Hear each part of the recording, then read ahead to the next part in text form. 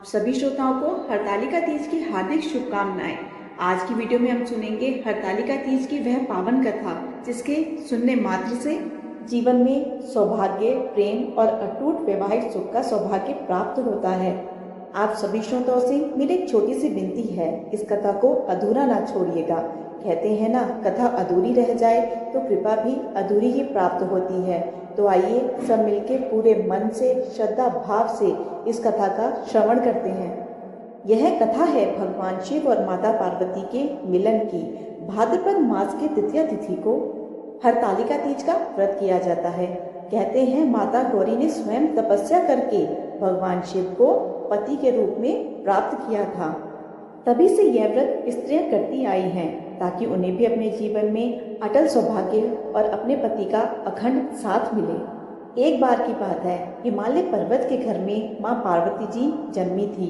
जब पार्वती जी बड़ी हुई तो उनके मन में केवल एक ही संकल्प था कि मैं भोलेनाथ को ही अपने पति के रूप में चाहती हूँ। उनके इस निर्णय से देवर्षि नारद जी भी प्रसन्न हुए और उन्होंने माता पार्वती जी के माता पिता से कहा, देवी को तो केवल महादेव ही पति रूप में सुशोभित करेंगे। किंतु हिमालय राज को यह बात समझ न आई।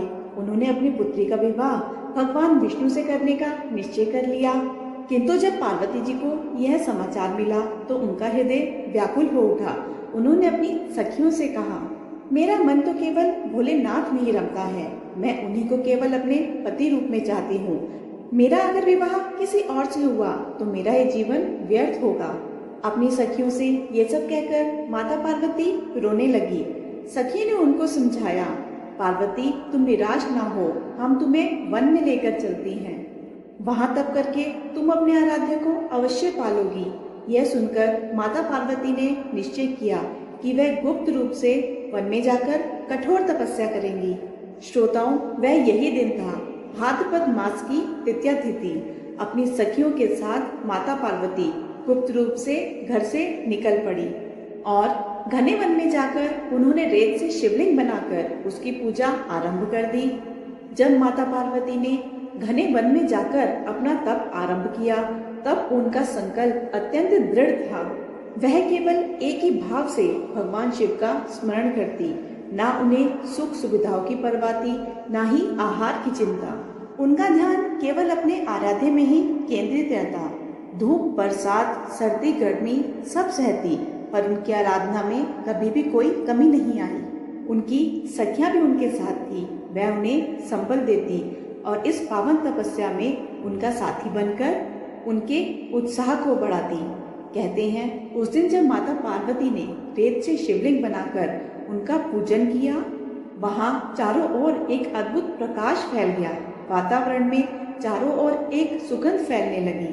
पक्षियों ने मधुर स्वर में गान किया और हवाएं भी जैसे माता पार्वती की तपस्या का गुणगान करने लगी। इधर स्वर्गलोक में यह समाचार पहुंचा कि हिमालय राज की पुत्री पार्वती महादेव को पति रूप में पाने के लिए वन में कठोर तप कर रही हैं। देवगण यह देख चकित हुए। देवराज इंद्र तो यह देख और भी चकित हो गए।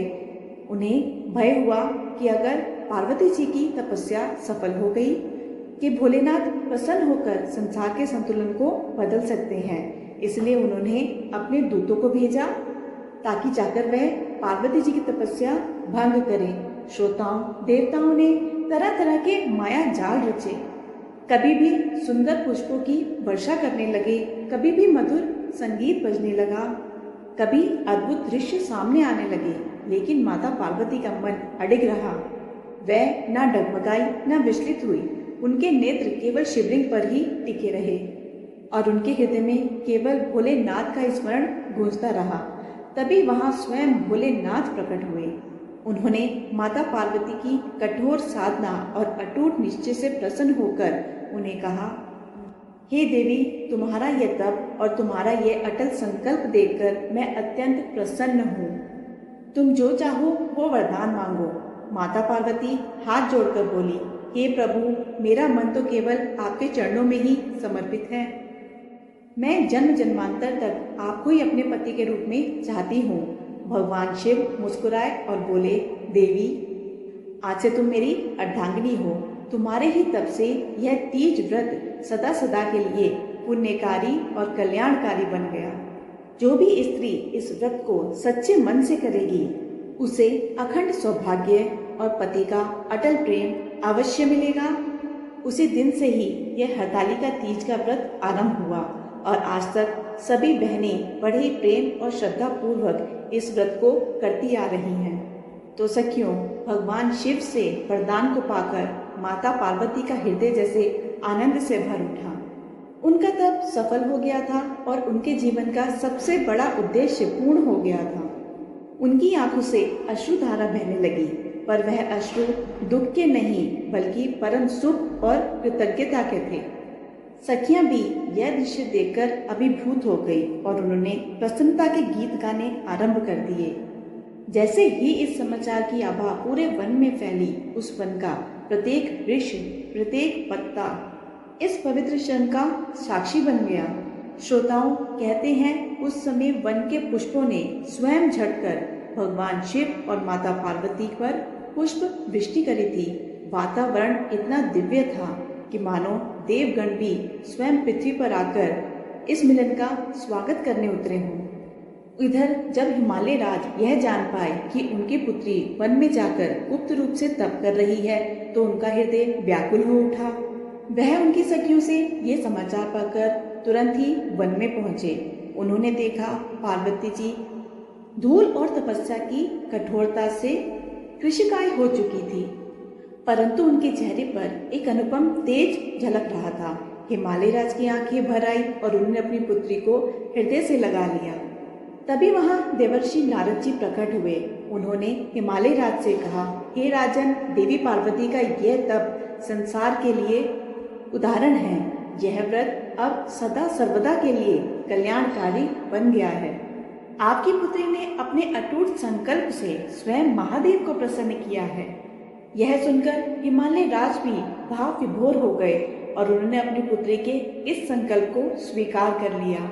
बहनों, कहते हैं कि उसी दिन से यह परंपरा आरंभ हुई कि स्त्रियां हरतालिका तीज का व्रत करती हैं।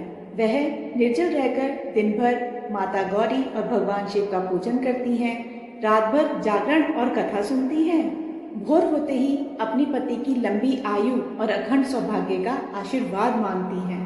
इस व्रत को करने वाली स्त्रियों का जीवन मंगलमय होता है और उनके विवाहित जीवन में कभी कोई संकट नहीं आता।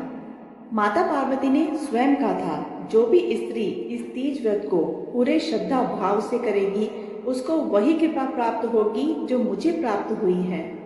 उसके जीवन में प्रेम, सौभाग्य और सुख कभी कम नहीं होंगे।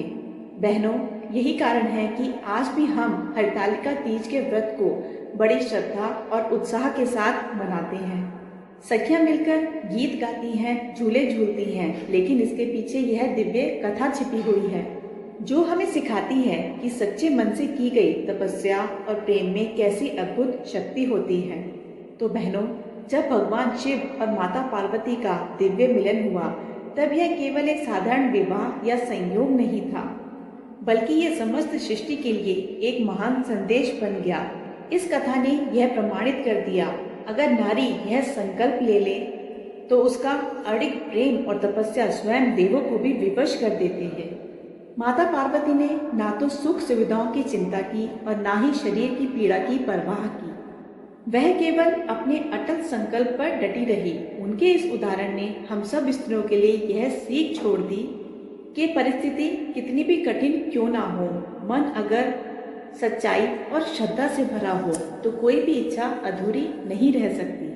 बहनों, यह भी एक सत्य है कि जब माता पार्वती तपस्या कर रही थी तब उनके शरीर की स्थिति बहुत ही दुर्बल हो गई थी। वर्षों तक तप करते हुए उन्होंने केवल पत्तों का आहार लिया। कभी कभी तो वह केवल जल पर ही निर्भर रहती और कई बार तो पूर्णतः निराहार रहकर उन्होंने कठिन तपस्या करी। धीरे धीरे उनका शरीर इतना कृशकाय हो गया कि वह अस्थि पंजर समान लगने लगी, परंतु उनकी आंखों में एक दिव्य तेज, एक अद्भुत ज्वाला जलती रहती थी। वह था उनका भोलेनाथ को पाने का संकल्प। उनकी सखियां जब यह देखती तो व्याकुल हो जाती। वह कहती, देवी आप यह कठोर तप छोड़ दीजिए, आपका शरीर से सह नहीं पाएगा। लेकिन माता पार्वती बहुत ही शांति से उत्तर देती, अगर मेरे प्राण इस तपस्या में चले भी जाएं तो वह भी मुझे स्वीकार है, क्योंकि मेरा जीवन तभी सार्थक है जब मुझे मेरे आराध्य शिव पति रूप में प्राप्त हो। यह सुनकर उनकी सखियां भी स्तब्ध रह जाती और वह और अधिक श्रद्धा से माता पार्वती की तपस्या में उनकी संगनी बन जाती। यही कारण है कि हरतालिका तीज पर स्त्रियां अपनी सहेलियों के साथ मिलकर व्रत करती हैं, क्योंकि इस दिन सखियों की संगति और उनका सहयोग भी इस व्रत का महत्वपूर्ण अंग माना जाता है। उधर देवताओं ने जब यह देखा कि माता पार्वती का संकल्प किसी भी माया जाल से नहीं टूट रहा, तो वह भी चुप हो गए और देवर्षि नारद जी तो स्वयं उनकी तपस्या के साक्षी बने और उन्होंने तीनों लोकों में यह घोषणा कर दी कि यह तपस्या एक दिन सभी संसार की स्त्रियों के लिए एक आदर्श बनेगी। जब भगवान शिव ने अंततः माता पार्वती को अपनी अर्धांगिनी स्वीकार किया, तब उन्होंने यह भी कहा, देवी, आज से तुम नारी शक्ति का प्रतीक बनोगी। तुम्हारा यह व्रत अनंत स्त्रियों के जीवन में सौभाग्य और आनंद का संदेश फैलाएगा। जो भी स्त्री इस दिन व्रत रख कर कथा सुनेगी और तुम्हारी भांति श्रद्धा रखेगी, उसके जीवन में अटल सौभाग्य हमेशा बना रहेगा।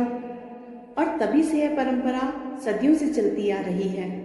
आज भी हम सब बहनें जब हरतालिका तीज का व्रत करती हैं, तो वास्तव में हम भी वही तप, वही प्रेम और वही अटूट संकल्प दोहराती हैं जो माता पार्वती ने भगवान शिव के लिए किया। तो मेरी प्यारी बहनों, ये थी हरतालिका तीज की पावन कथा। सब मिलकर बोले, माता पार्वती की जय, भगवान शिव की जय।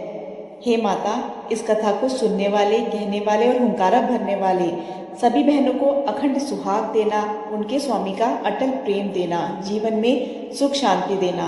तो ये थी आज की वीडियो। आशा है आपको वीडियो पसंद आई होगी। वीडियो पसंद आए तो वीडियो को लाइक ज़रूर कीजिएगा, कमेंट बॉक्स में हर हर महादेव ज़रूर लिखिएगा और ऐसी और वीडियो के लिए चैनल को सब्सक्राइब ज़रूर कीजिएगा। धन्यवाद।